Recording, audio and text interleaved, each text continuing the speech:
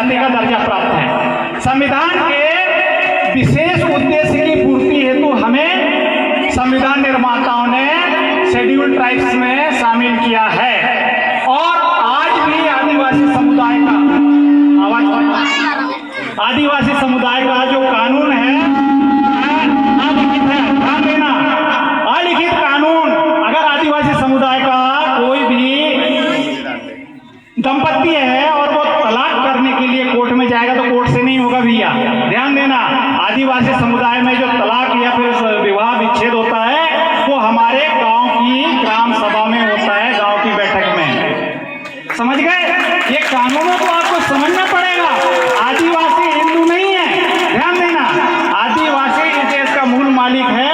हम लोग प्रकृति पूजक है। जब धर्म का निर्माण नहीं हुआ था तब से हम लोग दक्षिण एशिया के भारत भूखंड में निवास कर रहे हैं। इस आपको ये समझ लेना चाहिए। मेरे पास लिखित डाटा पड़ा हुआ है। इसके लिए ग्राम ग्राम में सबको कानून की समझ आवश्यक हो गई है। ये जमीन वाला मामला हमारा, अगर भाई बहनों का नाम आ गया राजस्व रिकॉर्ड में फेरबदल हो रहा है तो ग्राम समिति इसलिए जरूरी है। ग्राम समिति के माध्यम से हर गांव में ग्राम समिति अगर किसी की समस्या है तो उस समस्या को सुलझाने के लिए प्रस्ताव आदेश पारित करेगी। तहसीलदार ने आदेश पारित कर दिया है तो उसके आदेश को निरस्त करने के लिए एसडीएम को कागज दिया जाएगा। हर व्यक्ति की जमीन से संबंधित समस्या का निराकरण हो जाएगा। ठीक है? और हमारे समाज की बहन बेटियां अभी क्या हो रहा है, अन्य समुदाय में जा रही है।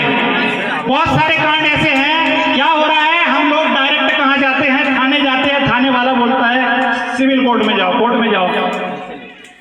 कंडीशन ये हो रही है कि हमारे लोगों को हमारे सिविल कानूनों का जानकारी नहीं है। संविधान के अनुच्छेद 13 के खंड 3 के उपखंड